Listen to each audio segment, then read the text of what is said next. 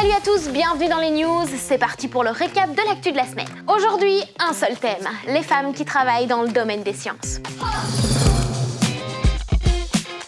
Eh mon petit poulet, ce 11 février est une date importante pour la science. D'accord, me regarde pas comme ça, c'est pas moi qui le dis, c'est l'UNESCO, l'Organisation des Nations Unies pour l'éducation, la science and the culture. Bah oui, chaque 11 février, c'est l'occasion de mettre en lumière les scientifiques. Et cette fois-ci, j'ai envie de dire les scientifiques, hein. Faut bien appuyer sur le E, ça a toute son importance là. Car cette journée est dédiée aux femmes et aux filles de science. Des scientifiques passionnés qui, malgré leurs travaux exceptionnels, restent trop souvent dans l'ombre. En vrai, disons les termes, quand on pense à la science, on a du mal à se représenter des travaux de scientifiques femmes, hein? Ah ouais. Et pourtant, notre société n'aurait pas pu faire autant de progrès sans elles. Ah, tu me crois pas, hein? La première ligne de code, mon petit poulet. Ce tout premier programme qui a lancé l'ère du numérique, il a été imaginé par cette dame, Ada Lovelace. Oh yeah! La découverte de la radioactivité. Une avancée qui a permis de développer des traitements contre le cancer grâce au travail de Marie Curie. Et on en parle des calculs pour pouvoir envoyer des astronautes dans l'espace. Attention, hein, là je te parle de mathématiques très précises qui ont permis la conquête spatiale. Ouais, et ça on le doit à Katherine Johnson. Merci madame. Et on en parle du système de saut de fréquence à l'origine du Wi-Fi et des connexions sans fil. Cette invention, on la doit à Hedy Lamarr. Ouais, merci madame. On peut plus vivre sans. D'ailleurs, il n'y a pas de Wi-Fi ici, je tiens à le rappeler.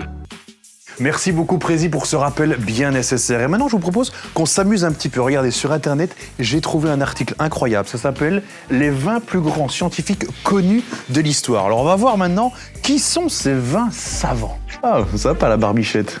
Ah, ça, c'est une grosse barbe. Oh, le chapeau, très joli. Moustache. Ah, une femme!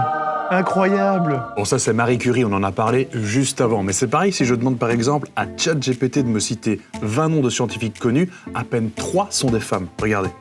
Et regardez maintenant, si je lui demande combien de femmes il m'a cité, il me dit pas 3, il me dit 4, en ajoutant Ada Lovelace, qu'il aurait pu inclure. C'est ça qu'il écrit. C'est un peu facile, hein, chati-chatou. Maintenant, sa conclusion est pas idiote. Il me dit « L'histoire des sciences a été longtemps dominée par les hommes, mais de nombreuses femmes ont joué des rôles essentiels, souvent méconnus ou sous-estimés. » Et ça, c'est malheureusement vrai. Mais comment ça se fait que les femmes sont souvent au second plan? Pour le savoir, on a posé la question à Safia Kessas. Elle vient de réaliser un documentaire sur ce sujet. On va orienter très tôt les filles vers des filières qui vont les conduire dans des métiers qu'on appelle des métiers du soin, c'est-à-dire infirmières, institutrices, aides-soignantes, alors que les garçons, eux, vont être davantage orientés vers des métiers scientifiques, vers les mathématiques. Tout ça, c'est à cause de ce qu'on appelle les croyances ou les stéréotypes.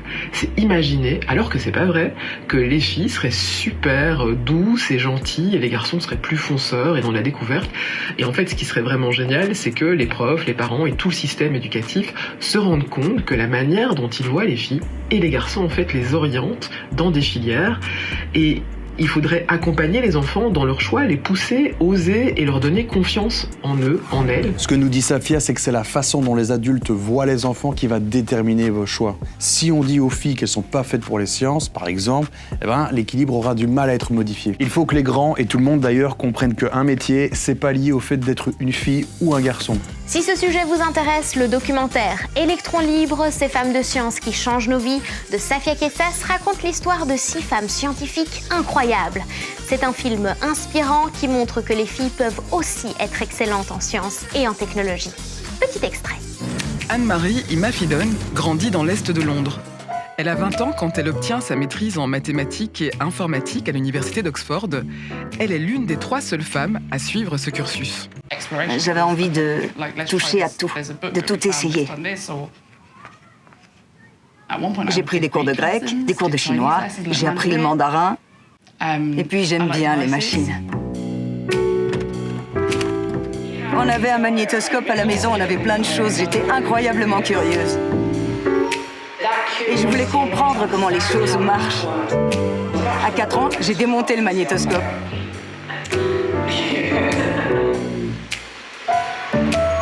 on a rencontré Clémentine. Elle est chercheuse en physique à l'UC Louvain et elle nous raconte son travail. Alors moi personnellement en tant que fille, j'ai pas vraiment ressenti d'obstacles vraiment importants, mais c'est vrai que c'est un petit peu difficile de s'imaginer en tant que physicienne parce que quasiment tous les gens célèbres dont on parle ce sont des hommes. Parfois c'est eux qui ont fait les découvertes donc ils méritent tout à fait, et parfois c'est vraiment des femmes qui ont fait beaucoup de travail derrière et en fait on les a effacées. Le monsieur a discrètement fait « Hihi, c'est moi ». Je fais un doctorat, donc ça veut dire que j'apprends à faire de la recherche autour d'un sujet en particulier. Et ce sujet, c'est essayer de regarder comment la lumière peut arriver jusqu'à nous à travers l'espace. Alors ce que j'aime vraiment bien dans les sciences, et particulièrement en physique, c'est qu'à chaque fois qu'on répond à une question, en fait, il y a de nouvelles questions qui surgissent, et donc c'est un travail sans fin. C'est vraiment ça que j'aime bien. Mon quotidien, c'est essentiellement être assise à ce bureau et faire des gros calculs. Donc typiquement, je travaille avec 2 écrans. Donc cet écran-là, c'est mon écran principal avec les programmes, mes emails, etc. Et là, en général, je laisse Spotify pour avoir un accès rapide à la musique en permanence. Alors mon tube préféré en ce moment, c'est le remix de Barbie Girl par Tiesto.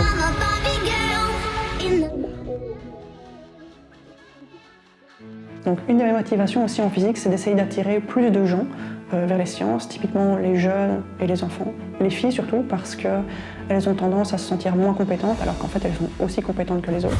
Et si comme Clémentine, que tu sois une fille ou un garçon, t'es intéressé par la science, bah retiens juste une chose, c'est une aventure pour tout le monde. Hey, on s'en fiche de qui tu es ou d'où tu viens. Ta curiosité et ton imagination peuvent changer le monde. Alors dis-toi juste un truc, peut-être que la prochaine idée qui va changer le monde, elle viendra de toi.